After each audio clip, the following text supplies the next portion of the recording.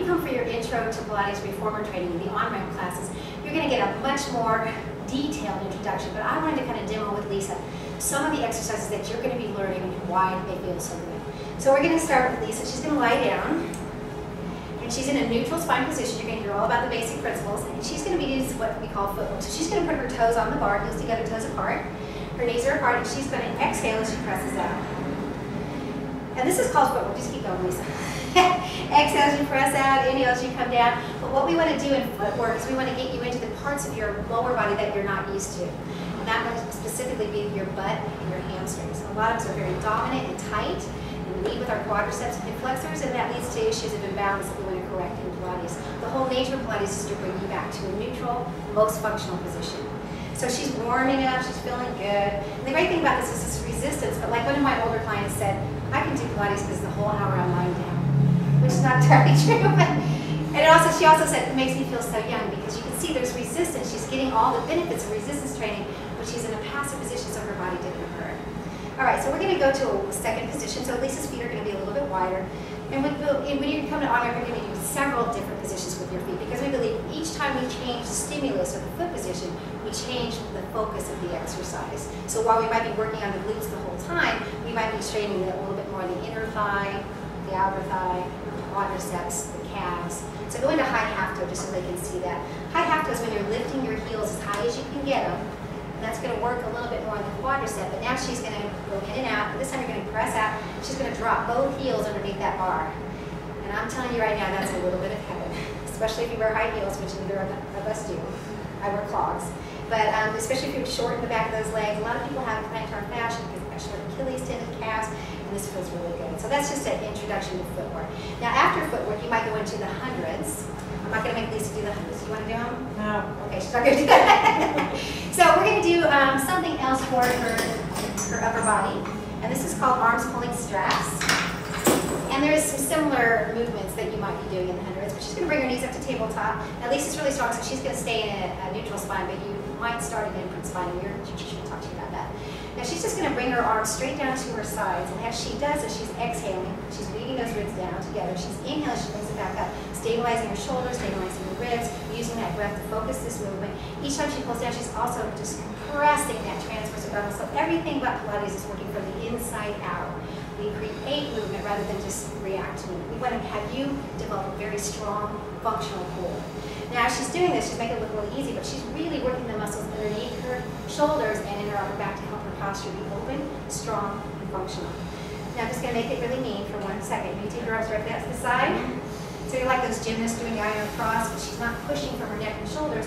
She's pulling from underneath. And you can see how control she has because she's weaving those ribs down. So that might be another exercise. This is called mid-back series that you'll be doing in the on-ramp. Lisa, let's go ahead and come on down.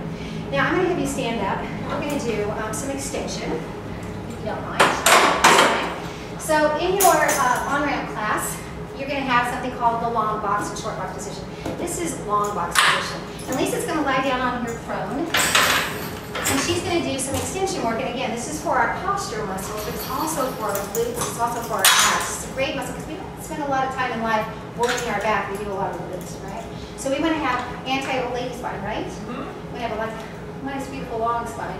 So Lisa's going to start by pulling her abdominals in and her glutes and pulling her arms straight back. She's going to inhale to return. She's going to exhale to pull straight back. Just a little bit. Good. And inhale to return. So as she's doing this, she's really working the muscles underneath her scapula, across her back. And this beautiful extension you can see is not pulling in her lower back, but she's working through her abdominals as well. Now, just for the heck of it, we take your arms a little bit wider. Second position. This one's not so easy. Exhale, pull it back. And you can see how strong she is. Beautiful form. Stabilizing her shoulders as she pulls back. Nice and long. So you can see how this is working the whole back side of her body, but she's stabilizing from her glutes and her abs. So Pilates is not ever just one muscle. It's a chorus of muscles working together to create stability. Beautiful! Woo! All right. Yes. All right. Let's give your body a little break here with a nice stretch. We're going to do another exercise that you will see in your on-ramp classes. It's called elephant. And I'm going to have Lisa do a flat back elephant. She's going to stand all the way on top, and her heels are all the way back against the shoulder rest.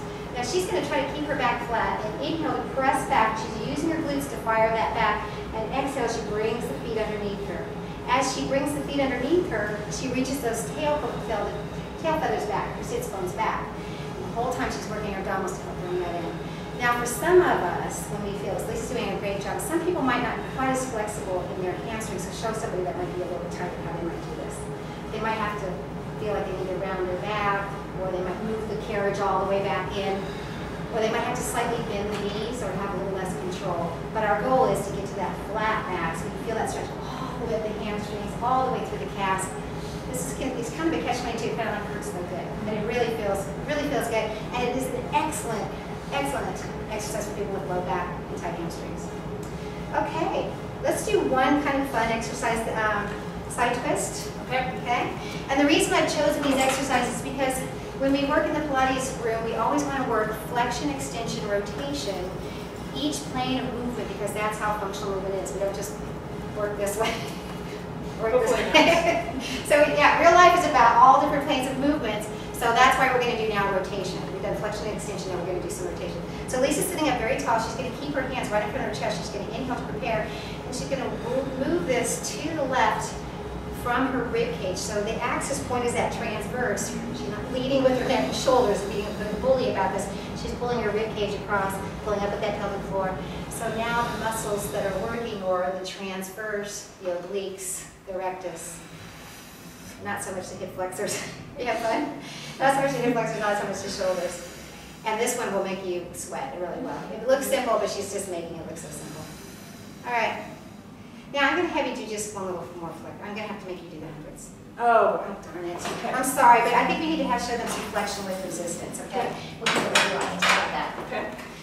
All right. Now again, the hundreds is one of those exercises that you might have to work towards. I got it for you. And because it's not, it's kind of a complex movement, so give yourself some time to get used to the hundreds, and just, it's a layering effect, all right? So Lisa's going to bring her knees up to tabletop.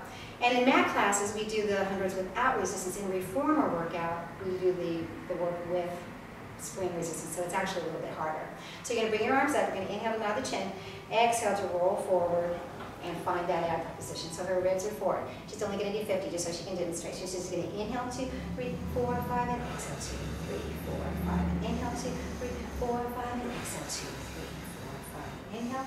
Wide across the back, exhale, near the spine, 3 pursed lips, 2 more. Inhale, 2, 3, 4, 5, and exhale, 2, 3, 4, 5. Last one, 2, 3, 4, 5, and exhale, 2, 3, 4, 5. Poetry in motion. Bend those knees in. And while you're here, let's just show them a little bit more of the fun aspect of feet and straps, right?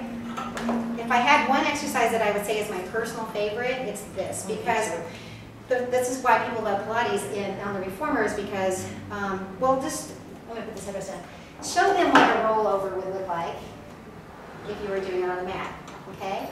Now, that looks pretty hard to do if you didn't have the resistance kind of helping you. Go ahead and bend your knees and roll down, actually, that's fine. So for somebody to come in here and do a rollover on the machine might be a much different thing than having them try to do that with just their body weight on the floor. So a lot of people that don't do quite as well in a mat class just because they haven't developed the core connection and the stability to know how to move their body with that home base, do much better on a reformer, because now the reformer sets you up for resistance, it sets you up for assistance, and then at some point, you know, the springs can go lighter or heavier depending on the exercise. Light could be really horrible because you have to stabilize against it, or heavy could just be horrible. So it just depends on the exercise. So she's just rolling down. Now I just want to show you, that's called short spine, and it's like, it's wonderful because it's opening up the lower back. I just wanted to show you bending and stretching, because these are a couple of the moves that you'll see in Pilates on ramps. So she's going to bend her knees and press out. Now as Lisa presses out, go ahead and just push with your feet and nothing else. Okay? So she's just pushing from her feet, nothing else. She's just saying, oh, I'm going to go default, I'm just going to push out. But now I'm going to have her zip up that pelvic floor, feel like she's pushing from her glutes only, and pressing out. Good. So that becomes a very different exercise. She's going to push out from her glutes, she's going to zip up that pelvic floor, she's relaxing her neck and shoulders, weaving those ribs together. It's like, oh, playing a violin, it just feels delicious. Now go ahead and do a lift and lower with your legs in parallel. This is another really basic exercise that you would think would be simple, but it's really not that simple. I want Lisa to stay in a neutral spine position. So when she lifts her legs up, I want her sits bones to stay in that position, looking right underneath that footrest. Most people at first will rock into an imprint spine and lose that connection. And think about it, if you lose the base of the stretch, you lost the stretch, or the stretch moved to something else. It's not stretching the hamstrings anymore. And this is a great stretch to not only lengthen, but strengthen. You got to fire from those glutes when you come back down. Wonderful. We good? Yes. All right, so Pilates on-ramp is your introduction to Pilates Reformer Training and Pilates 1901. If you have any questions at all, please call us at the studio or email me at tina@pilates1901. Thanks, guys.